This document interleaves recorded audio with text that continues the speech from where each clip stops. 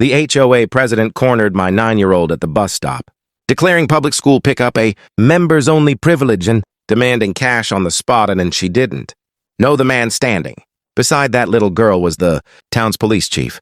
My name's Lucas Morris, 61, retired but not really chief, the kind of cop who prefers his coffee hot and his mornings quiet. Lately, my most dangerous. Calls involve raccoons and teen. Drivers who treat stop signs like suggestions. I like calm. I treasure the small, ordinary things. Coffee that stays warm long enough to drink it, watching Lucy practice her handwriting, and listening to my wife. Laura argue with me about which actor was in some 80s movie. So when this woman, Karen Truman, of course the self-appointed, overseer of all things tasteful, planted herself at the curb with a laminated notice, a fat pink QR code, and 2 underlings who tried to look menacing, I let her yap. Lucy stood there, shoulders tight, the kind of shy kid who will do the right thing if you give her a second. She was waiting for me to step in. Karen crowed that the stop only served paying members and that non-resident fee, $50 a week, retroactive was required, or my daughter would have to walk. My cop brain did quick arithmetic and my dad brain bristled. This was no petty power trip anymore, but a small, ugly business. I kept my face placid and played dumb. Because people reveal more when they think they've already beaten you. Where do I buy this membership? I asked, and watched her swell with triumph as she jabbed the QR code toward my face. She'd stitched together a quilt of made-up rules and a fake sense of authority, flanked by Badgeless, Brad, whose tracksuit was doing him no favors, and Sticker Rick, a pale kid who probably still had a curfew. A few parents exchanged looks. Pity, amusement, curiosity. Mark, a quiet neighbor fed up after 15 years, lifted his phone and said into it that he suspected a scam. Karen slapped the phone out of his hand so hard it arced into a mulch bed like something from a slapstick routine, and that's when the bus pulled up. Gus, the driver, as solid and unconcerned as a mountain, stepped out and informed her, in a voice that made her seem small, that the bus belonged to the county and nobody takes money at a public stop. She tried to block the doorway, but Gus stepped aside and the kids filed on. She screamed about fines and lawyers, but the bus left in a cloud of diesel and a smirk from the driver. I picked up Lucy's dropped mitten and listened to Karen promise legal retribution. Insubordination, she called it. Then went home to the kitchen where Laura, who turns the internet into a truth machine, had already found the receipts. The QR link on Karen's notice pointed to a scrappy, 3-month-old website hosted on a bargain server. Laura dug through it like a truffle pig and found unsecured transaction logs, a Panama mask domain registration, and a P.O. box tied to a K. Truman. She clicked into an admin panel with a password, printed on the notice, and opened a ledger of petty, extortion, fines, names, refund notes where she'd cowered before someone with clout. We had motive, means, and victims, but to make it stick, we needed her to do it in public, to take money, to touch property, to threaten a child in front of witnesses. So we set the trap, covert cameras, a fake payment confirmation with a mocking transaction ID, a neighborhood call to arms, and plans to watch a bully dig her own hole while quiet people got loud. We turned our quiet little plan into something small and surgical. Laura configured cheap ring cameras to look like planters.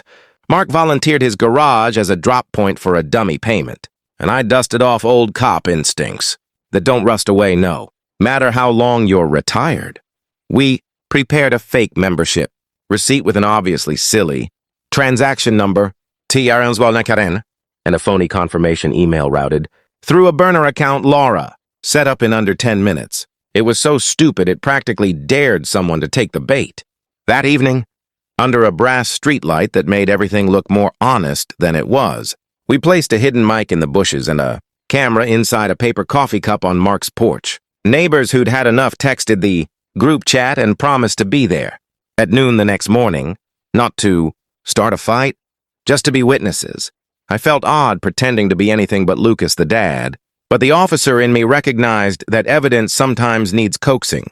You have to give a liar a stage on which to expose themselves. The next day dawned humid and ordinary, and Karen showed up in her armor, sensible shoes, a cardigan that said, "Important," and a faux legal clipboard she brandished like a gavel. She set up near the bus stop again, this time with a small fold-out table, a hand-scrawled sign promising membership processing, and a jar of pens that looked suspiciously like they belonged to a dentist's waiting room. I was the decoy, a distracted father with a toddler who forgot his lunch, and Mark was the customer, nervous but game. He approached with the fake receipt and asked, in a voice that trembled just enough to be believable, how to pay. Karen's smile sharpened. She guided him to the QR, insisted he scan and enter details. And in front of maybe 8 neighbors typed something into her phone that we all pretended not to see.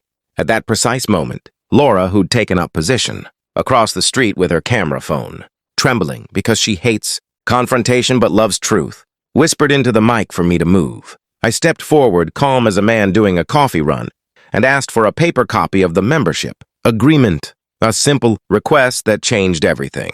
Her face cooled as if someone had switched off a light. "We don't hand those out," she said, then more loudly, "It's all online." That's when Mark, encouraged, demanded a receipt for the payment he'd supposedly made. Karen insisted payments were non-refundable and that a failure to comply meant formal complaints. Neighbors began to murmur. Gus, the bus driver, rolled by and slowed, sensing trouble. I watched Karen's hands, always the tell for me, and saw the slight tremble when she reached into the jar and palmed a folded bill. Just the same scenario as before. Before she could pocket it, Laura crossed the street with a printed screenshot of the admin, the panel she'd found the night before, the ledger, the fake account names, and a highlighted line that read, in blunt terms, "K. Truman, cash received, pickup extortion." The crowd hummed. Karen, caught, reached for threats and lawsuits with a voice that grew thin. That was our moment. I calmly said, "Nobody needs lawyering today." "The county does." I called a friend still on the force, an old colleague, who trusted my gut, and by the time Karen realized the jig was up, officers were rolling in slow and professional, not to make a scene but to collect evidence. She protested, sputtered, and tried to delete things from her phone. But the cameras were everywhere and the internet remembers in ways people like. Karen never learned. As she was led away, neighbors clapped in embarrassed relief and Lucy hugged my leg, eyes huge.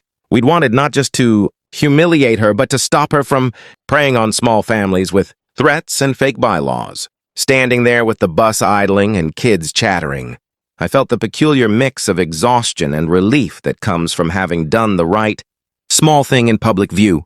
Karen being taken in for questioning wasn't the end, not even close. If anything, her temporary disappearance was like pulling the lid off a wasp nest, and the hive behind her didn't appreciate daylight. Within 2 days, flyers began showing up taped to stop signs, shoved in mailboxes and slipped under doors at night, all printed in grainy grayscale with the headline, "Unauthorized police interference. Community rights violated." The smear campaign wasn't subtle. It accused me of impersonating a law enforcement official. A hilarious charge considering the walls of my home office were lined with 30 years of commendations, and claimed the HOA board would seek damages. Except there was no legally registered HOA board. I'd barely finished laughing when Laura stormed into the kitchen with her laptop open, eyes blazing. She'd spent all night combing through county filings and discovered that Karen's so-called HOA was never an official association. There were no purchase documents, no bylaws filed with the state. And, the best part, the land around the bus stop was public easement, meaning Karen had been charging parents to use space that literally belonged to the town. Mark suggested we drop it since Karen was already in trouble, but I had a gut feeling. If she'd built a fake HOA once, she'd built it before. And if she'd gotten brazen enough to target a child at a public bus stop, she'd go further if unchecked. The next week, a county investigator named Ortiz called to request my full statement. She was sharp, efficient, and the opposite of amused. We met in a tiny municipal office where the AC sounded like a dying blender. I recounted everything: the QR code scam, the fake ledger, the cash collection, the harassment of kids. While I spoke, she typed calmly, occasionally raising her eyebrows as though she were adding up all the ways this case was about to explode. Then she dropped a folder onto the desk thick enough to bruise a foot if dropped. Inside were prior complaints from neighborhoods across 3 counties. Unauthorized fines, trespassing, interference with mail, and misuse of personal information, all signed by K. Truman. Every neighborhood eventually dissolved. Their informal HOA or moved away, Karen simply followed the vacancy signs like a shark that smelled blood. Ortiz leaned in and asked the question that stuck with me. Why do people like her always pick the quietest people? I didn't have an answer, only a theory. Bullies survive on silence. And my silence was gone. The next step was an evidentiary review, which meant turning over our footage. Screenshots, timestamps, and Lucy's bus schedule. That part made my stomach hitch. Lucy didn't deserve to be tethered to this mess in any official file. But when I asked if we could redact her name, Ortiz nodded and said, "We protect the kids, always. Back home." I broke the news gently to Lucy, expecting tears or worry, but she only asked, "Will she leave our bus stop alone now?" I ruffled her hair and promised, "Yes, she's done." But the truth was more complicated, because 2 mornings later, the pink-suited chaos queen returned to the neighborhood in a different car, wearing sunglasses big enough to shade half her face, and stood across from our cul-de-sac silently, smiling, not a smug smile, a calculated one. The kind of smile that says, "You think this is over, but I'm just getting started." Karen's eerie, wordless return turned the entire neighborhood into a kettle of simmering nerves. People watched her from windows, whispering, afraid that saying her name out loud would make her manifest like some HOA-themed demon.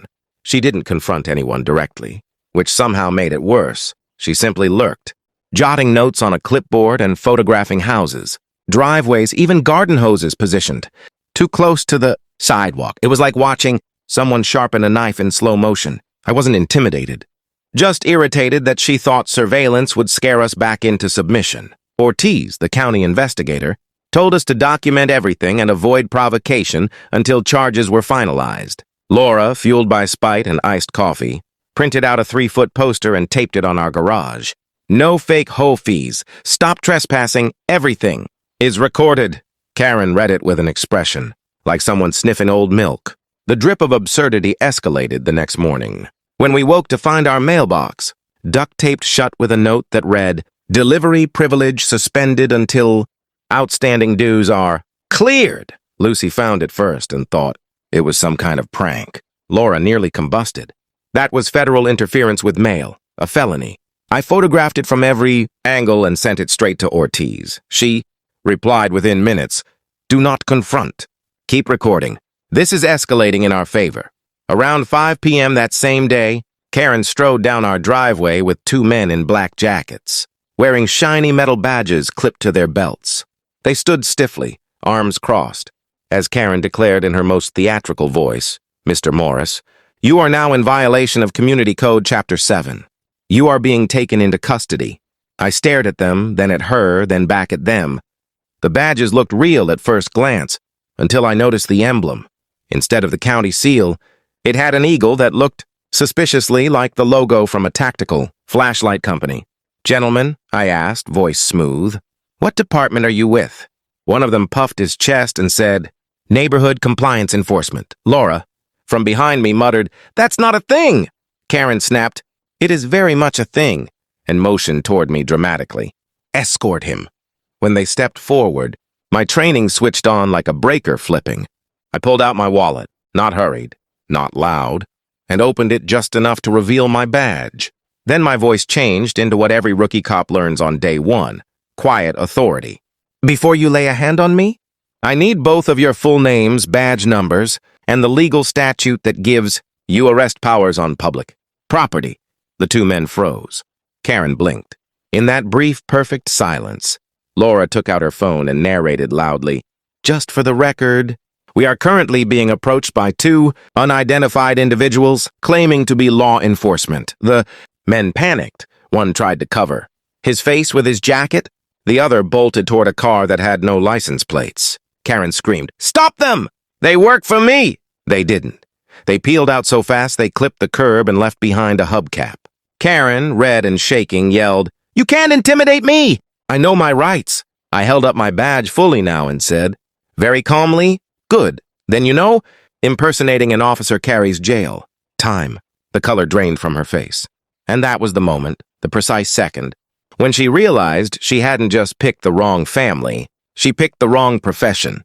After the fake officers incident, the situation detonated faster than any of us expected. By sunrise, Ortiz and a full county team were at our house collecting official statements, and what started as a local nuisance was now morphing into a multi-agency investigation. Ortiz showed us printouts, emails Karen had sent to the two men she hired, promising them community security, stipends if they helped her physically enforce HOA. Code, she literally typed the word, arrest in quotation marks, as if crimes cease to be crimes when you accessorize them with stationery and a clipboard. The county prosecutor authorized warrants. One for her phone, one for her laptop, and one to search a storage unit she'd been renting under an alias. That last one was where the jaw drop came. Inside the unit were boxes filled with printers, laminate sheets, stacks of violation slips, a portable credit card reader, and an embarrassing number of monogrammed HOA enforcement armbands. She hadn't just been improvising scams, she'd built an entire fake institution. Ortiz turned to me with a rare grin. You were right. She's running a criminal enterprise, not a neighborhood club. Meanwhile, Karen doubled down publicly. She stormed into our cul-de-sac again, camera in hand, live-streaming herself to her 3 Facebook followers while insisting she was being harassed by the police industrial complex. Neighbors stepped onto porches, crossing their arms like a silent jury. Mark approached her and read aloud the county's cease and desist that Ortiz had emailed everyone. Karen's facade finally cracked. She lunged toward Mark's phone, screaming that everyone here was ungrateful, property leeches who didn't appreciate her leadership. That was when squad cars rolled in, not slowly, not politely, but with purpose. Officers stepped out, and the moment Karen saw real authority, not the cosplay version she'd been manufacturing, she tried to run. Not far. She made it 3 driveways before tripping over a decorative rock labeled, "Leave, Laugh, Love." Laura caught the whole thing on video, and I swear the universe added comedic timing. When the cuffs clicked, Karen kept yelling, "I am the HOA!" To which Ortiz, deadpan as granite, replied, "No, you're under arrest for impersonating law enforcement, wire fraud, extortion, and interference with federal mail." The crowd gasped. Lucy, watching from our porch with her lunchbox in hand, whispered, "Is she going to jail forever?" I knelt and told her the truth. Bullies don't stay powerful when good people stop being quiet. Within 48 hours, news vans lined our street. The county released a short statement, confirming multiple charges and hinting that Karen had pulled similar schemes in other neighborhoods. A reporter asked me on camera what gave me the courage to stand up to her. I didn't say I was a cop. I just said, no one should get to scare families into paying fake fees. The footage of Karen being escorted into the cruiser went viral, not because of the charges or the fake officers or the illicit QR scams, but because as they placed her in the squad car, she shouted, "I'll be back! You can't shut down an HOA!" And the officer shut the door gently and said, "Ma'am, this isn't an HOA, it's jail." That clip became the town's favorite ringtone. That night, after the chaos faded and the street went quiet, I tucked Lucy into bed. She looked at me with sleepy seriousness and said, "Dad, I'm glad you didn't stay quiet." And that was it. Better than any badge, any commendation. The neighborhood didn't just get rid of a bully. They got their voices back. The weeks following Karen's arrest felt like someone had cracked open a window in a room that had been stale for years. Suddenly, the neighborhood breathed again. No clipboard patrols, no passive-aggressive flyers, no shadowy figures photographing garbage cans. Instead, kids played basketball in driveways. Parents walked dogs without fear of being fined for a leash length violation, and Lucy walked to the bus stop without squeezing my hand until her knuckles turned white. The county prosecutor built the case faster than anyone expected because Karen's storage unit had practically gift-wrapped the charges. Digital payment logs, fake violation spreadsheets, even scripts for how to assert dominance during resident resistance, Ortiz told me confidentially, that Karen refused to take. A plea deal because she was convinced a judge would recognize her authority as HOA president. At the preliminary hearing, she arrived in a beige suit and tried to represent herself until the judge interrupted her speech about citizen governance power structures to clarify flatly that nothing she had was legal. Meanwhile, Laura organized a community potluck to celebrate surviving.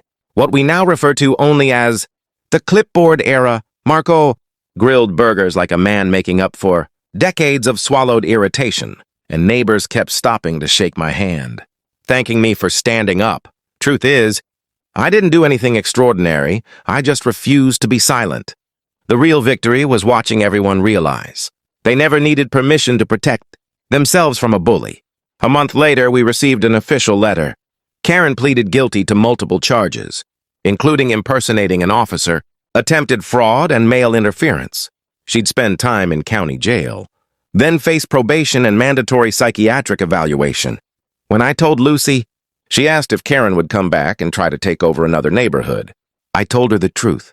Bullies don't change unless someone stops them. And this time someone did. On the first day of summer break, Gus the bus driver surprised Lucy with a small gift bag tied with ribbon. Inside was a toy police badge and a sticky note that read, "For the bravest kid at this bus stop." Lucy held it like it was made of solid gold. That evening we sat on our porch, Laura with iced tea, me with coffee that had finally stayed hot long enough to matter. Fireflies drifted across freshly cut yards. Neighbors laughed in the distance, and for the first time in months, there was no clipboard-shaped shadow stalking the cul-de-sac. Laura nudged me and said, "You know that wasn't just about Karen. You taught everyone something." I looked at Lucy, drawing chalk flowers on the sidewalk, and answered, "All I did was give a bully the one thing they can't handle: witness." A few days later, Ortiz called to say the case was officially closed. Her final words stuck with me. "You don't know how many people never speak up. You made it easier for the next family to say something." I hung up, stepped outside, and saw Lucy riding her scooter freely down the sidewalk, hair wild in the wind, laughing like the world had never held a threat. And in that moment, I finally understood what this whole messy saga had really been about: not badges or scams or fake authority, but the simple truth that the loudest person isn't always the most powerful one. Sometimes all it takes to end a bully is one person willing to say, with steady calm, "No, not here."